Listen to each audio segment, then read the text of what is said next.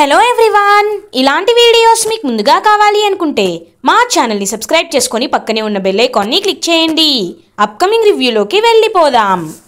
Episode start అవ్వగానే రాజ్ కావ్యని వాళ్ళ బావతో చూసి చాలా జెలస్గా ఫీల్ అవుతూ ఉంటాడు. ఇంకా వాళ్ళ బావ కంటే తను గ్రేట్ అని నిరూపించుకోవడానికి యోగా ఆసనాన్ని వేస్తాడనమాట రాజ్. కానీ పద్మాసనం వేసేలోపే రాజ్ నడుము గట్టిగా పట్టేస్తుంది. ఇంకా అక్కడ ఉన్న ఇందిరాదేవి, సీతారామయ్య గారు, కావ్య వాళ్ళ బావ అందరూ నవ్వుకుంటూ ఉంటారు. ఇంకా కావ్య వాళ్ళ బావ అయితే ఒక్క నిమిషం అన్నయ్య ఫొటోస్ తీసుకుంటానని చెప్పి ఫొటోస్ కూడా తీసుకుంటూ ఉంటారు. రే ఎంతసేపు రా అని చెప్పి ఇంకా రాజ్ అయితే అక్కడి నుండి లేచి పాపం కుంటుకుంటూ అక్కడి నుండి వెళ్ళిపోతాడు. ఇంకా ఇందిరాదేవి, అమ్మ కావ్య, నువ్వు వాడిని చూసి ఎలాంటి జాలి పడద్దు, ఎందుకంటే ఇలా ఉంటేనే నీపై ఉన్న ప్రేమ వాడికి తెలుస్తుంది. కాబట్టి ముందు వెళ్ళి వాడి నడుము సంగతి చూడు, నేను వెళ్తున్నాను. బాబు నువ్వు కూడా తగ్గకూడదు అని చెప్పి ఇంకా ఇందిరాదేవి కావ్యకి వాళ్ళ బావకి సజెషన్ ఇచ్చేసి అక్కడి నుండి వెళ్ళిపోతారు. కావ్య రాజ్ దగ్గరికి వస్తుంది. రాజ్ బెడ్రూమ్లో అబ్బా అనుకోకుండా ఇలాంటి యోగాసనాలు వేస్తే ఇలానే అవుతుంది అనుకుంటా. మరి చాలామంది అంత సింపుల్గా ఎలా వేస్తున్నారు? దేవుడా, వీటికి ఖచ్చితంగా ప్రాక్టీస్ కావాలి అని చెప్పి పాపం చాలా ఇబ్బంది పడుతూ ఉంటారు. ఏమండి ఏమైంది అని అడుగుతుంది కావ్య. ఏం లేదు అయినా నువ్వేంటి ఇక్కడ అని అడుగుతారు. ఏం లేదండి, మీకు అసలే యోగా అలవాట్లేదు కదా, సడన్గా పద్మాసనం వేశారు, నడుం పట్టేసిందేమోనని మీకు మందు రాయడానికి బాంబు తీసుకువచ్చాను అని అంటుంది కావ్య. నాకేం మందు అవసరం లేదు, ఏమనుకుంటున్నావు, యోగా బాడీ నాది, నువ్వు వెళ్ళు అని అంటాడు రాజ్. మీరు చెప్పకపోయినా మీకు ఏమైందో నేను బాగా అర్థం చేసుకోగలను, ముందు రండి అని చెప్పి ఇంకా బోర్లా పడుకోబెట్టి బామ్ అయితే రాస్తూ ఉంటుందన్నమాట కావ్య. చెప్పాను కదా నాకేం అవ్వలేదని అని అంటాడు రాజ్. ఎందుకండి మనసులో ఒకటి పైకి ఒకటి మాట్లాడతారు, మనసులో ఉన్న ఫీలింగ్నే పైకి చెప్పచ్చు కదా, ఏ మీకు ఈగో అడ్డొస్తుందా అని అడుగుతుంది కావ్య. ఈగో కాదు, నచ్చని పనులు చేయించుకోవడం నాకు ఇష్టం లేదు, అందుకే నేను ఎంతలో ఉండాలో అంతలోనే ఉంటాను, అవతల వాళ్ళని కూడా ఎంతలో ఉంచాలో అంతలోనే ఉంచుతాను అని అంటాడు రాజ్. కానీ మీ మనసుని కరిగించే బాధ్యత నాది అని మనసులో అనుకుంటుంది కావ్య. అమ్మయ్య, బాంబ్ రాస్తే చాలా హ్యాపీగా ఉంది, కానీ కళావతికి చెప్పకూడదు, చెప్తే నెత్తి మీద కూర్చుంటుంది. రాసావు కదా ఇంక వెళ్ళు అని చెప్పి ఇంకా రాజ్ అయినా సరే కామ్గా ఉంటాడనమాట. ఇంకా నవ్వుతూ అక్కడి నుండి వెళ్ళిపోతుంది కావ్య. కావ్య వాళ్ళ రూమ్ దగ్గరికి కావాలని వస్తాడు కావ్య వాళ్ళ బావ. బుజ్జి నీతో కొంచెం మాట్లాడాలి అని అంటాడు. రాజ్ ఇంకా అలా చూస్తూ ఉంటాడు. ఏంటి బావా అని అడుగుతుంది. నువ్వు త్వరగా రెడీ అవ్వు బుజ్జి, మనం బయటికి వెళ్దాం అని అంటారు కావ్య వాళ్ళ బావ. బయటికా? ఎక్కడికి అని అడుగుతుంది. సర్ప్రైజ్ అని చెప్పాను కదా, వెళ్ళు రెడీ అవ్వు, నేను వెళ్ళి రెడీ అవుతాను అని చెప్పి ఇంకా కావ్య వాళ్ళ బావ వెళ్ళిపోతారు. ఏంటి వీళ్ళిద్దరు ఎక్కడికి వెళ్తున్నారు అని ఆలోచనలో పడతాడు రాజ్. ఇంకా రాజ్, ఎక్కడికి వెళ్తే నాకేంటి, నేను ఆఫీస్కే కదా వెళ్ళేది, అయినా తను ఎక్కడికి వెళ్తే నాకెందుకు అని ఇంకా రెడీ అయ్యి ఆఫీస్కి వెళ్ళిపోతాడు రాజ్. ఇది ఇలా ఉండగా కళ్యాణ్ కూడా ఆఫీస్కి వెళ్ళడానికి రెడీ అవుతూ ఉంటాడు. అనామిక, కళ్యాణ్ ఈ డ్రెస్లో నువ్వు చాలా బాగున్నావు, ఈరోజు ఏంటో నీకు తెలుసా అని అడుగుతుంది. నాకెందుకు తెలీదు, ఈరోజు వ్యాలంటైన్స్ డే కదా అని అంటారు కళ్యాణ్. అవును, మరి మనకి కొత్తగా పెళ్ళైంది, నాకేం గిఫ్ట్ ఇవ్వవా అని అడుగుతుంది అనామిక. చెప్పు, ఏ గిఫ్ట్ కావాలంటే ఆ గిఫ్ట్ ఇస్తాను, చెప్పనామిక అని అడుగుతారు. నేను నీతో పాటు ఆఫీస్కి రావాలనుకుంటున్నాను కళ్యాణ్ అని అంటుంది అనామిక. అమ్మో, తను ఆఫీస్కి వస్తే నేను అక్కడ ఏం పని చేయట్లేదని, కవితలు చెప్తున్నానని తనకు తెలిసిపోతుంది అని మనసులో అనుకుంటూ ఆఫీస్కి ఎందుకు, అయినా అక్కడ నీకేమీ అర్థం కాదు కదా అనామిక, నువ్వింట్లోనే ఉండు, నేను త్వరగా ఆఫీస్ నుండి వచ్చేస్తాను సరేనా అని అంటాడు కళ్యాణ్. అదేం కుదరదు, నేను నిన్ను ఎప్పుడు ఏమీ అడగలేదు, ఇప్పుడు ఫస్ట్ టైం ఆఫీస్కి వస్తానంటుంటే ఎందుకు నువ్వు వద్దంటున్నావు అని అంటుంది అనామిక. వద్దని కాదు, అనవసరంగా ఎందుకని అని అంటాడు కళ్యాణ్. నువ్వేం చెప్పినా నన్ను వాళ్ళు ఆఫీస్కి తీసుకువెళ్లాల్సిందే అని అంటుంది ఇంకా అనామిక. సరే తప్పుతుందా, వెళ్దాం, ఆఫీస్కి వెళ్దాం అని అంటాడు కళ్యాణ్. ఇంకా హ్యాపీగా ఫీల్ అవుతుంది అనామిక. ఇది ఇలా ఉండగా రాజ్ ఆఫీస్కి రీచ్ అవుతాడు. శ్వేత కూడా ఆఫీస్కి వస్తుంది. ఏంటి రాజ్, ఏంటిదంతా, రోజు నన్నెందుకు పిలుస్తున్నావు అని అడుగుతుంది శ్వేత. శ్వేత నువ్వాగు, కావ్య వాళ్ళ బావ వాడు ఉన్నాడు కదా, వాడు దానికి ఏదో సర్ప్రైజ్ ఇస్తానంటున్నాడు, ఎక్కడికో తీసుకువెళ్తానంటున్నాడు, ఎక్కడికి అయి ఉంటుంది అని అడుగుతాడు రాజ్. ఎక్కడికంటే నాకెలా తెలుస్తుంది రాజ్ అని అంటుంది ఇంకా శ్వేత. అవును, నీకెలా తెలుస్తుంది? మనం తెలుసుకోవాలి, ఖచ్చితంగా తెలుసుకోవాలి అని చెప్పి ఇంకా ఆలోచిస్తూ ఖచ్చితంగా తన ఆఫీస్కి వస్తుందిగా, తెలుసుకుంటా అని ఇంకా వెయిట్ చేస్తూ ఉంటాడనమాట రాజ్. కావ్య వాళ్ళ బావ ఆఫీస్కి వస్తారు. అదిగో వస్తుంది, ఇప్పుడు చూడు తన్ని ఎలా లాక్ చేస్తానో. ఏంటి ఇంత లేటు అని అడుగుతాడు రాజ్. మీరు త్వరగా వచ్చేసి మమ్మల్ని లేట్ అంటారేంటి? అయినా నేను ఇవాళ ఆఫీస్కి రావటం లేదని చెప్పడానికే వచ్చాను అని అంటుంది కావ్య. ఏంటి ఆఫీస్కి రావట్లేదా అని అంటాడు రాజ్. అవునండి, ఇవాళ మా బావ నన్ను బయటికి తీసుకువెళ్తానంటున్నాడు. ఎక్కడికో మరి నాకు తెలీదు, సర్ప్రైజింగ్గా ఫీల్ అవ్వాలి కదా, అందుకే నేను ఒక 2 గంటల తర్వాత వస్తాను, రా బావ వెళ్దాం అని చెప్పి వెళ్ళిపోతూ ఉంటారు. ఈరోజు దీన్ని అడ్డుకున్నా పని అయ్యేటట్లు లేదు, నేను ఫాలో అవ్వాలి, రా శ్వేత అని చెప్పి ఇంకా రాజ్ శ్వేత కూడా ఫాలో అవుతూ ఉంటారనమాట కావ్య వాళ్ళ కార్ని. ఇంకా కావ్య వాళ్ళ బావ ఒక రెస్టారెంట్కి అయితే తీసుకువెళ్తారు. ఇంకా అలా చూస్తూ ఉంటుందన్నమాట కావ్య. బావా ఏంటి ఇక్కడికి తీసుకువచ్చావు అని అడుగుతుంది. సర్ప్రైజ్ అని చెప్పాను కదా కావ్య, రా కూర్చో అని చెప్పి ఇంకా ఇద్దరు టేబుల్ పై కూర్చుంటారు. అలా ఇంకా కావ్య వాళ్ళ బావ అక్కడి నుండి వెళ్ళి వెయిటర్ దగ్గరికి వెళ్ళి డబ్బులు ఇచ్చి ఇంకా వెయిటర్తో ఏదో చెప్తూ ఉంటాడు. అదంతా సీక్రెట్గా గమనిస్తూ ఉంటాడనమాట రాజు కూడా. ఇంకా వెళ్ళే వెయిటర్ని పిలిచి, హలో ఆగు, వాడేం చెప్పాడు అని అడుగుతారు. హూ సార్ అని అడుగుతాడు ఆ వెయిటర్. ఎవరంటావేంట్రా, ఇప్పుడే కదా వాడితో డబ్బులు తీసుకున్నావు, వాడేం తెప్పిస్తున్నాడు అని అడుగుతారు. He ordered a cake with knife అని చెప్పి చెప్తాడనమాట. బట్ వై అని అడుగుతాడు Raj. Don't you know sir, today is Valentine's డేనో అని అంటాడు వెయిటర్. ఒక్కసారిగా ఇంకా రాజ్ అయితే షాక్ అయిపోతాడు. ఈరోజు వ్యాలంటైన్స్ డేనా అంటే వీడు అని అలా చూస్తూ ఉంటాడనమాట రాజ్. కావ్య అడుగుతుందనమాట ఇంకా కావ్య వాళ్ళ బావని, బావా ఇక్కడ చూస్తుంటే ఏదో తేడాగా ఉంది, అందరూ లవర్సే వచ్చినట్టున్నారు, అసలు ఇక్కడికి నన్ను ఎందుకు తీసుకువచ్చావు అని అడుగుతుంది కావ్య. కావ్య అటు చూడు అని అంటారు. ఇంకా చూస్తారనమాట అటు కావ్య, అక్కడ రాజు ఉంటాడు. ఓ అని మనసులో అనుకుంటుంది కావ్య. చూసావు కదా, ఇంకా యాక్షన్ స్టార్ట్ చేయాలి. బుజ్జి నిజంగా ఇవాళ నీకు ఒక మంచి సర్ప్రైజ్ ఇవ్వాలనుకుంటున్నాను, నీ లైఫ్ లాంగ్ ఇది గుర్తుండిపోతుంది అని అంటాడనమాట కావ్య వాళ్ళ బావా. అవునా బావా, ఆ సర్ప్రైజ్ గురించి నేను ఎదురు చూస్తున్నాను, ఏంటో త్వరగా ఇవ్వు అని అంటుంది కావ్య. ఇంకప్పుడే వెయిటర్ అయితే ఒక కేక్ని తీసుకువెళ్తారనమాట ఇంకా కావ్య వాళ్ళ దగ్గరికి. అదంతా చూస్తూ ఉంటాడనమాట రాజ్. ఇంకా కేక్ని చూస్తుంది కావ్య. వావ్, కేక్ చాలా బాగుంది బావా అని అంటుంది. ఇది నీకోసమే, నీకు ఈ ఫ్లేవర్ అంటే ఇష్టం కదా, అందుకే నీకోసమే తీసుకో అని చెప్పి ఇంకా ఇద్దరు కేక్ కట్ చేసి ఒకరికి ఒకరు తినిపించుకుంటారు. అదంతా చూస్తున్న రాజ్ అయితే చాలా అంటే చాలా జెలస్గా ఫీల్ అవుతూ ఉంటాడు. ఇంకా రాజ్ అయితే చూసావా వాళ్ళు ఎంత క్లోజ్గా ఉంటున్నారో అని అంటాడు రాజ్. శ్వేత కనపడుతుంది, వాళ్ళేదో హ్యాపీగా టైం స్పెండ్ చేస్తుంటే మనం ఎందుకు రాజ్ ఇక్కడ అని అంటుంది శ్వేత. లేదు, మనం కూడా ఇక్కడికే రావాలి. శ్వేత రా అని చెప్పి ఇంకొక టేబుల్ పైన కూర్చుంటారనమాట. ఇంకా కావ్య గమనిస్తూనే ఉంటుంది. ఓ మీరు కూడా ఇక్కడికే వచ్చారా అని అడుగుతాడు రాజ్.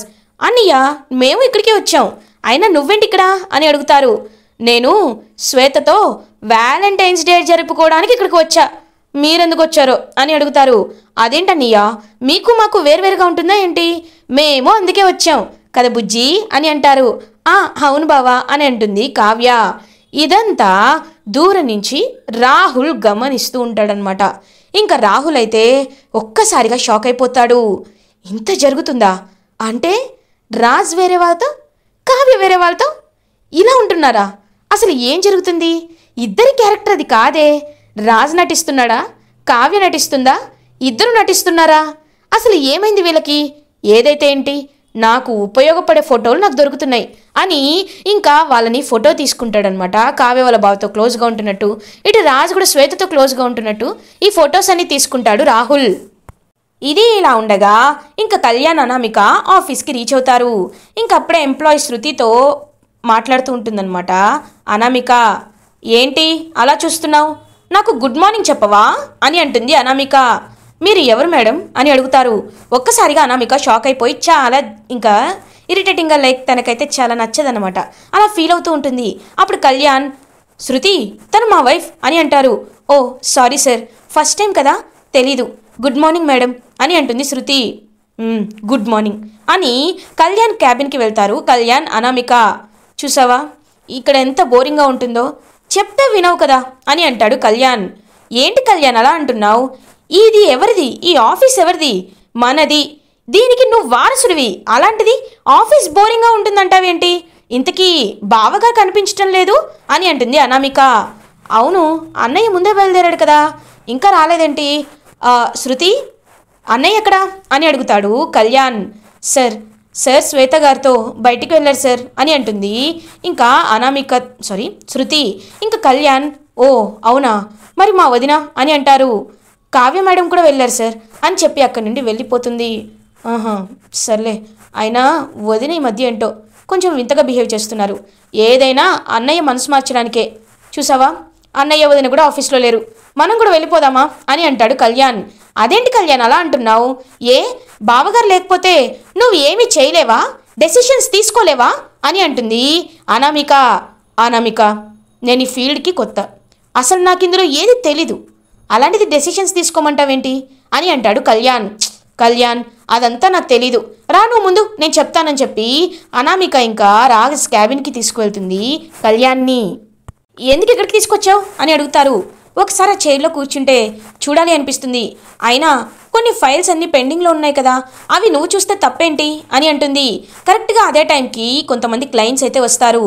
ఇంకా శృతి అయితే, సార్ రాజ్ సార్ని కలవడానికి కొంతమంది క్లయింట్స్ వచ్చారు, ఏదో ప్రపోజల్ తీసుకువచ్చారు, మరి సార్ లేరని చెప్పమంటారా, మీరేమైనా డీల్ చేస్తారా అని అడుగుతుంది శృతి.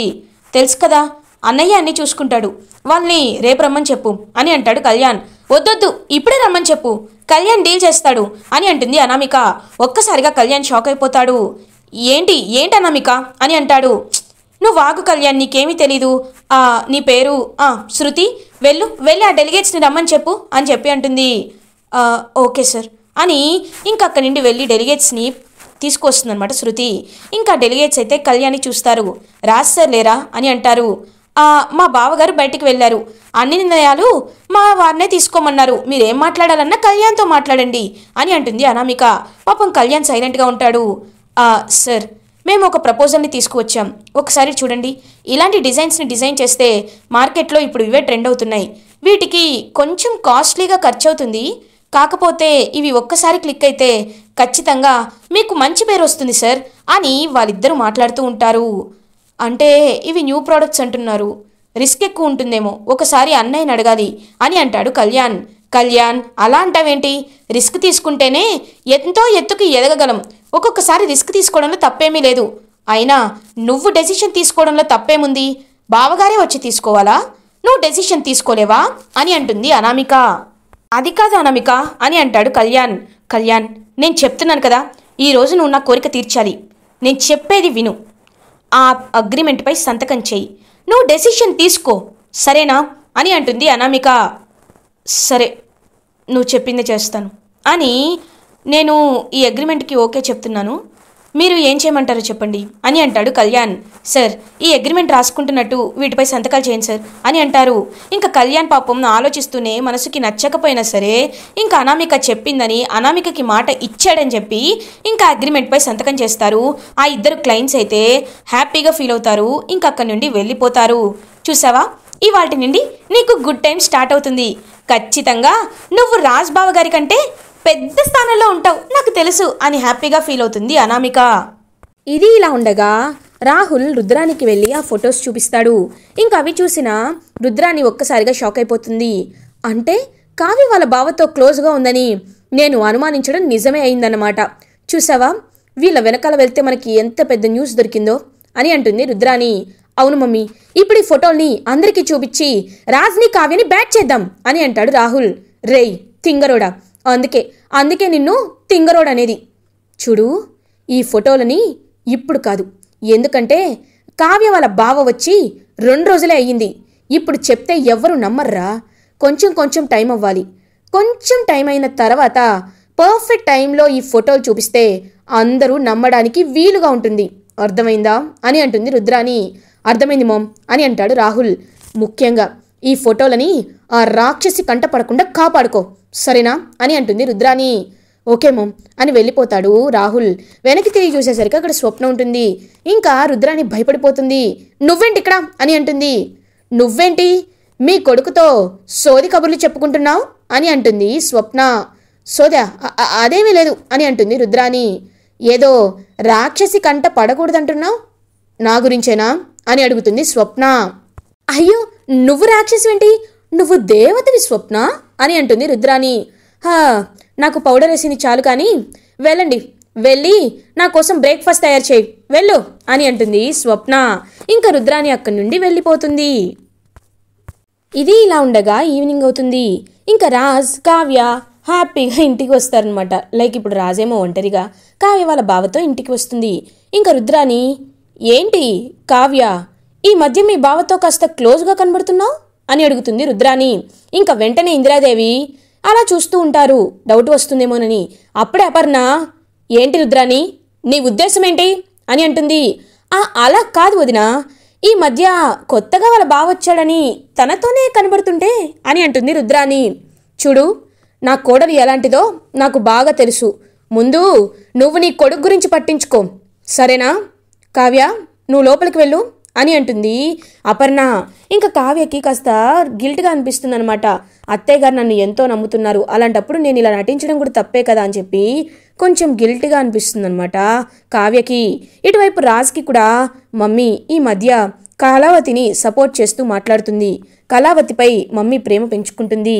ఒకవేళ ఇప్పుడు నేను విడిపోతున్నానని చెప్తే మమ్మీ ఎలా ఫీల్ అవుతుందో అని చెప్పి ఇంకా రాజ్ కూడా ఆలోచిస్తూ ఉంటాడు. ఇంకా అనామిక అయితే, మీరు ఇలాగే కొట్టుకొని చావండి, నాకు మాత్రం కళ్యాణ్ని కింగ్ చేయాలి, అదే కదా నా ఫీలింగ్ అని హ్యాపీగా ఫీల్ అవుతుంది అనామిక. ఇది ఇలా ఉండగా నెక్స్ట్ డే మార్నింగ్ అవుతుంది. ఇంకా అప్పుడే కొంతమంది క్లయింట్స్ అయితే రాజ్ దగ్గరికి వస్తారు. సార్ ఒకసారి చూడండి అని అంటారు. ఏంటి అని అంటారు. మీరు మాకు 5 కోట్లు ఇవ్వాలి అని అంటారు క్లయింట్స్. ఒక్కసారిగా షాక్ అయిపోతాడు రాజ్. వాట్ అని అంటాడు. అవును సార్, ఒకసారి అందులో చూడండి అని చెప్పి ఇంకా డాక్యుమెంట్స్ అయితే చూపిస్తారు. అందులో కళ్యాణ్ సంతకం ఉంటుంది. ఇంకా రాజ్ ఒక్కసారిగా షాక్ అయిపోతాడు. అయినా ఈ సిగ్నేచర్ నేను చేయలేదు అని అంటారు. కరెక్టే సార్, మీ తమ్ముడు కళ్యాణ్ గారు చేశారు, అందుకే మేము వచ్చి అడుగుతున్నాం అని అంటారు. నోనో, కళ్యాణ్ నన్ను అడగకుండా ఏమీ చేయడు, వాడు సిగ్నేచర్ ఫోర్జరీ చేసుంటారు, నేను వాడితో మాట్లాడతాను, కావాలంటే మీరు కూడా ఇంటికి రండి, నేను నిరూపిస్తాను అని రాజ్ అయితే ఇంకా వాళ్ళని ఇంటికి కూడా తీసుకెళ్తారు. కళ్యాణ్, రే కళ్యాణ్ అని పిలుస్తారు. ఏంటన్నయ్యా అని అడుగుతాడు కళ్యాణ్. ఒకసారి చూడు, ఈ అగ్రిమెంట్ పై నువ్వు సంతకం చేసావంటున్నారు వీళ్ళు, చెప్పరా అది నీ సంతకం కాదని చెప్పు అని అంటారు. అన్నయ్య వీళ్ళు నాకు తెలుసు, ఇది నేనే సంతకం చేశాను అని అంటాడు కళ్యాణ్. ఒక్కసారిగా రాజ్ షాక్ అయిపోతాడు. కావ్య కూడా స్టన్ అయిపోతుంది. ఇంకందరూ అలా చూస్తూ ఉండిపోతారు. అనామిక హ్యాపీగా ఫీల్ అవుతుంది. రేయ్ కళ్యాణ్ ఏంట్రా నువ్వు అనేది అని అంటారు. ఇంకా క్లయింట్స్ కూడా, చూశారు కదా సార్, మీ తమ్ముడే ఇప్పుడు సాక్ష్యం చెప్పారు, ఇప్పటికైనా నమ్ముతారా? మా 5 కోట్లు ఇస్తే మేము బయలుదేరుతాం అని అంటారు ఆ క్లయింట్స్. 5 కోట్లేంటి అని అంటుంది అనామిక. అవును మేడం, అగ్రిమెంట్పై సైన్ చేశారు, ఒకసారి అదంతా చదవండి. మేము ఒక డేట్లోపు నగలు చేసేవమని మీకు అడిగాం, కానీ మీరు చేయలేకపోయారు, కాబట్టి మీరు మాకు పెనాల్టీ కింద 5 crores అయితే కట్టాలని అందులో క్లియర్గా రాసింది, మీరు సంతకం కూడా చేశారు కదా మీ వారు అని చెప్పి ఆ క్లయింట్స్ చెప్తారు. అనామిక అయితే ఒక్కసారిగా షాక్ అయిపోతుంది. ఇంకందరూ స్టన్ అయిపోతారు. అపర్ణాదేవి, చూసావు కదా నీ కొడుకు చేసిన నిర్వాకం ఎలా ఉందో అని అంటుంది. ధాన్యలక్ష్మికి ఏమీ అర్థం కాదు. ప్రకాశం కూడా, ఒరే కళ్యాణ్ నువ్వు ఎప్పుడు ఇలా చెయ్యవు కదరా అని అడుగుతారు.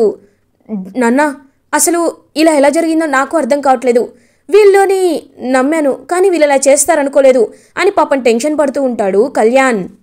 అప్పుడే ఇంకా రాజ్, ఆపేయండి, చూడండి నేను 5 కోట్ల చెక్ రాసిస్తాను అని చెప్పి ఇంకా రాజే తప్పుని ఒప్పుకొని పాపం 5 కోట్ల చెక్ అయితే కళ్యాణ్ కోసం రాసిస్తాడు.